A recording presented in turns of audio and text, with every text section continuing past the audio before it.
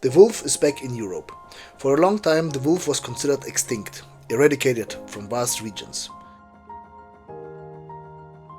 But since the 1980s, the wolf has been protected in large parts of Europe, and since then they have been making a strong comeback.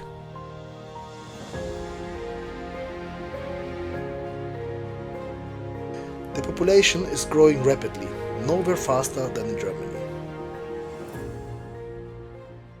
But not everyone welcomes his return with joy. We are often told that wolves are shy creatures, but many people remain skeptical. What happens if wolves actually start attacking humans? In other countries, for example, wolves hunt elk, attack grizzlies and even polar bears. So why should they stop at humans? Wolves don't attack humans, that's what many wolf enthusiasts claim. But is that really true? Has the wolf really been so harmless throughout European history? And weren't there good reasons why wolves were wiped out in large parts of Europe? Let's take a closer look. Between 1618 and 1648, the 30 Years' War devastated large parts of Europe. The war claimed up to 7 million lives. That was around about 20 to 40% of the population of Central Europe. Many died not in battle, but from hunger, epidemics and diseases. Their bodies remained often unburied on battlefields and in abandoned villages. For the wolf, actually a predator, this provided a new food source: carrion. Wolves became constant companions of war. Chronicles record that they cleaned the battlefields, and some followed the armies like four-legged vultures. During that time, wolves and bears returned to areas from which they had long since disappeared. Villages were deserted, hunting ceased, ideal conditions for the reproduction of predators. But as the war dragged on, humans also began to hunt more intensively to survive. Wild animals became scarce, and the wolf had to seek new prey, livestock, eventually humans.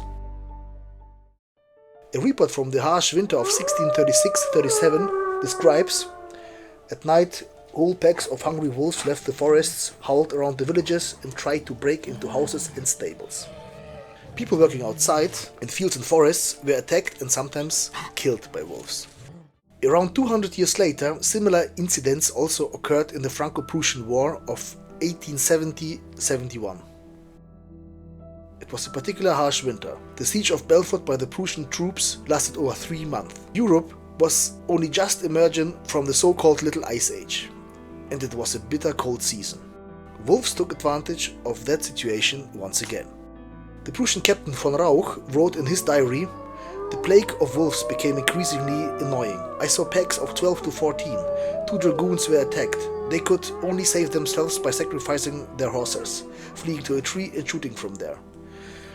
In another case, 3 men lost their way at night. Only 1 made it back. All that remained from the other 2 were bloody scraps of uniform, bones and saddlery." According to the tracks, 30 to 40 wolves were said to have been involved. Von Rauch himself wasn't there. He heard the story secondhand. But is that story an exaggeration? Possible. Maybe the men were ambushed by French irregulars, feral dogs, or wolf-dog hybrids. But the whole story wasn't made up. These reports follow a pattern that has lasted for centuries. It's cold, it's winter, the snow lies deep, the wolves are hungry, and then these beasts emerge from the darkness. Countless paintings and folk tales tell the same story. Whether all these wolves are actually really wolves, or feral dogs, or even wolf-dog hybrids, we may never know. But one thing is clear: canine predators were a real and constant threat of Europe's war-torn landscapes until the early 20th century, and the records prove it. Royal decrees, bounties, and state-appointed wolf hunters. Europe did not take the plague of wolves lightly. It is true that the wolf is naturally shy. It avoids humans because it has learned that they pose a danger. A famous example is the she-wolf One Eye. She is considered the mother of the German wolf. She gave birth to over 42 pups. In 2013, she was found dead, presumably after a territorial fight. But the autopsy revealed she had been shot at least twice, had lead particles embedded in her body, and had lost her eye to a bullet.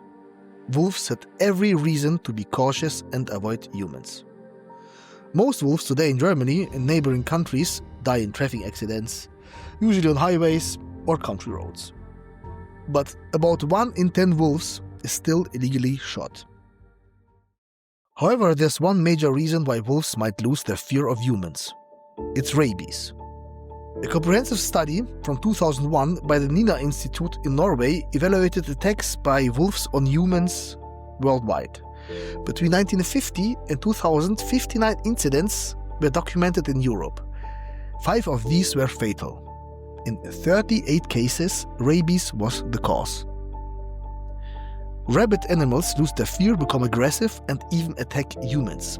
Today, terrestrial rabies, that is caused by foxes, dogs, or wolves, has been eradicated or significantly reduced in many European countries. So the risk of being attacked by a rabid wolf is therefore low, but not zero. In conclusion, it can be said that wolves rarely attack humans today. But there were times when they did, and not without reason. 2 factors repeatedly crop up. First, rabies. Second, despair due to hunger. Also, wolves need sufficient prey and refuge areas. Where these are lacking and humans are no longer considered as a threat, attacks can occur. The danger is low, but it's not zero. History shows wolves were not only victims. They were also masters of adaptation and sometimes even a threat.